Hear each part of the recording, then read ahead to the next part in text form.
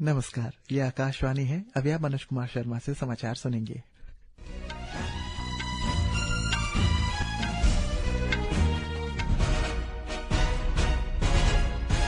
पहले मुख्य समाचार।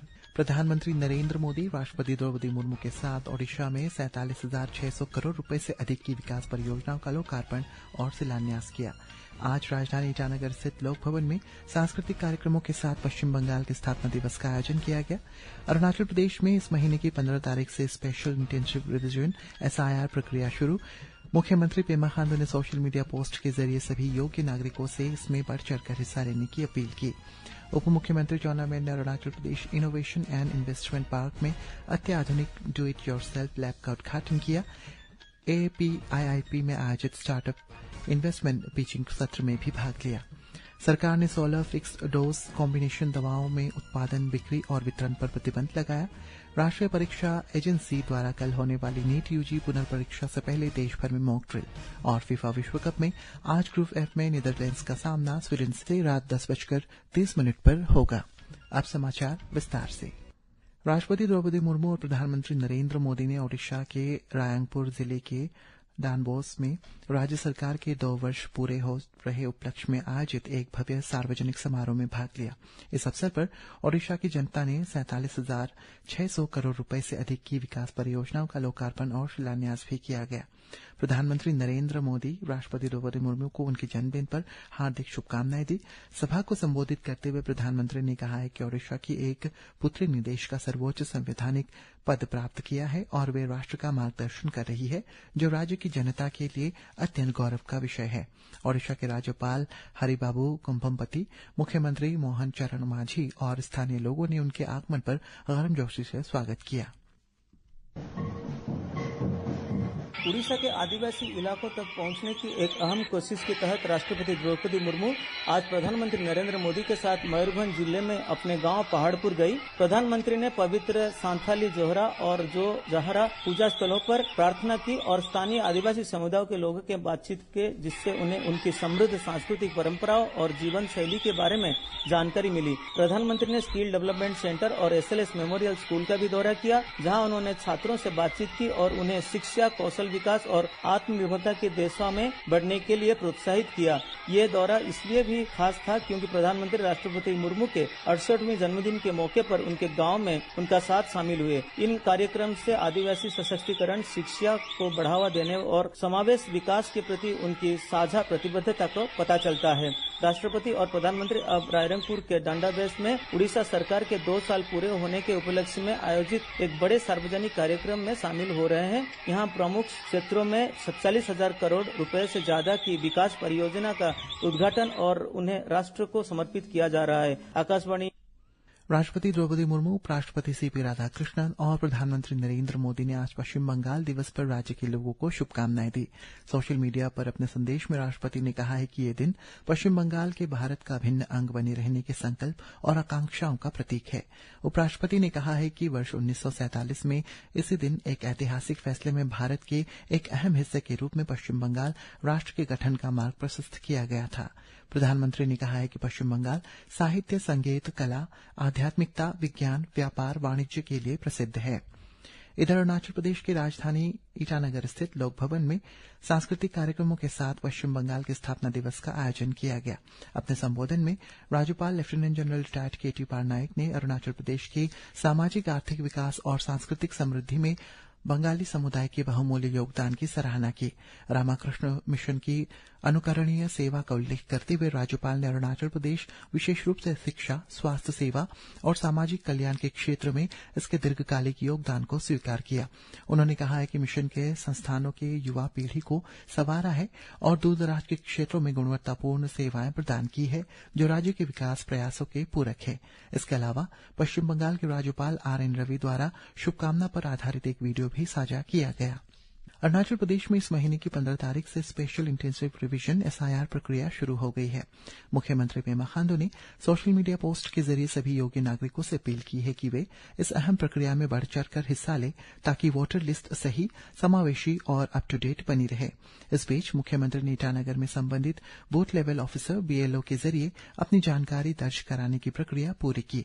वहीं अपर सुबनसिरी जिले में बूथ लेवल ऑफिसर्स BLOs ने वोटर की जानकारी वेरीफाई करने और योग्य नागरिकों को उनके वोटर रिकॉर्ड अपडेट करने में मदद करने के लिए घर घर जाकर संपर्क करना शुरू कर दिया है।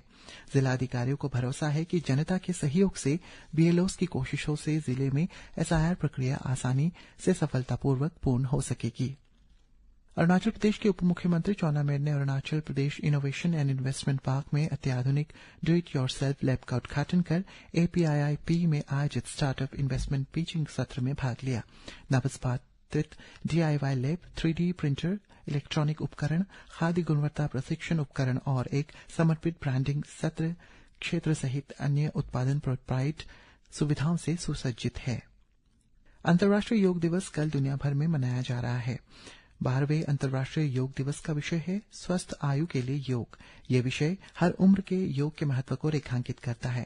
हमारे संवाददाता ने बताया कि अंतर्राष्ट्रीय योग दिवस के अवसर पर संस्कृति मंत्रालय देश भर में 100 संस्थानों पर विशेष कार्यक्रम आयोजित कर रहा है। इनमें भारत की समृद्ध विरासत और योग परंपराओं को प्रदर्शित किया जाएगा।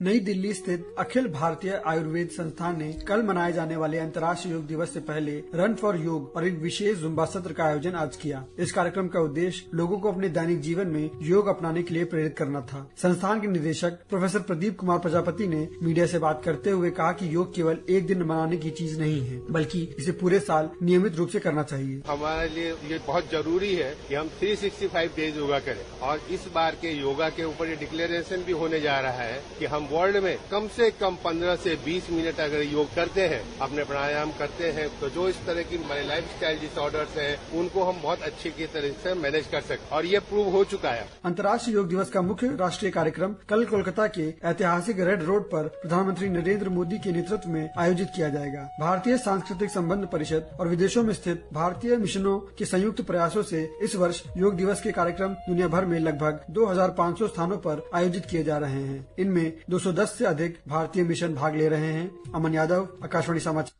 स्लोवाकिया में अंतर्राष्ट्रीय योग दिवस के अवसर पर विभिन्न कार्यक्रम आयोजित किए जाएंगे। स्लोवाकिया गणराज्य में भारतीय राजदूत अपूर्वा श्रीवास्तव ने आकाशवाणी से बताया है कि स्लोवाकिया में योग और आयुर्वेद बहुत लोकप्रिय है। हमारे संवाददाता ने बताया कि भारतीय दूतावास और अन्य संगठन राजधानी ब्रातिस्लावा और अन्य स्थानों पर विभिन्न कार्यक्रम आयोजित कर रहे हैं। स्लोवाक रिपब्लिक में अंतर्राष्ट्रीय योग दिवस के लिए भारतीय दूतावास का मुख्य कार्यक्रम ब्रातिस्लावा शहर में आयोजित किया जाएगा। दूतावास मशहूर ब्रातिस्लावा कैसल में भी एक योग कार्यक्रम आयोजित करेगा। स्लोवाकिया में भारत की राजदूत अपूर्वा श्रीवास्तव ने बताया कि दूतावास परिसर में हर दिन 2 योग कक्षाएं आयोजित की जा रही हैं और अब पूरे स्लोवाकिया में सैकड़ों योग प्रशिक्षण केंद्र संचालित हैं। प्रधानमंत्री नरेंद्र मोदी की हाल ही में हुई स्लोवाकिया यात्रा के दौरान आयुष मंत्रालय द्वारा हस्ताक्षरित समझौता ज्ञापन से स्लोवाकिया में योग को और मजबूत करने के रास्ते खुलने की उम्मीद है। स्मृति एस पल्लुरुथी की रिपोर्ट के साथ इस कड़ी में आकाशवाणी समाचार आयुष राज्य मंत्री स्वतंत्र प्रभार प्रताप राव जाधव का विशेष साक्षात्कार प्रसारित करेगा। Akashvani FM gold 100.1 megahertz channel पर यह साक्षात्कार आज रात 9:30 बजे प्रसारित किया जाएगा। श्री जाधव ने बताया है कि कामकाजी लोगों के लिए सरकार ने वाई ब्रेक ऐप भी शुरू किया है। लोग दिन भर चेयर पे बैठे काम करना पड़ता है। वो लोग भी जब लंच ब्रेक होता है तब तक बहुत सारी थकान वो लोगों में आती, तो वो थकान दूर करने के लिए भी उनके लिए वाई ब्रेक नाम का एक हमने ऐप निकाला है कि उसमें 10 मिनट में तुम चेयर पर बैठे बैठे कौन से आसन कर सकते हो, वो करने से जो भी तुम्हारा थकान आई होगी वो दूर।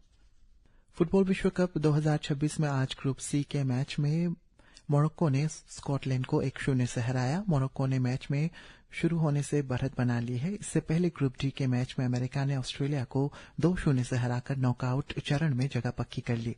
मेक्सिको के बाद अमेरिकी टीम नॉकआउट चरण में पहुंचने वाली दूसरी टीम बन गई है। पहली बार अमेरिका ने एक मैच बाकी रहे ग्रुप स्टेज के लिए क्वालिफाई कर लिया है। आज ग्रुप एफ में नीदरलैंड्स का सामना सुरिन से रात 10:30 पर होगा। इसी के साथ ये समाचार बुलेटिन समाप्त हुआ। नमस्कार।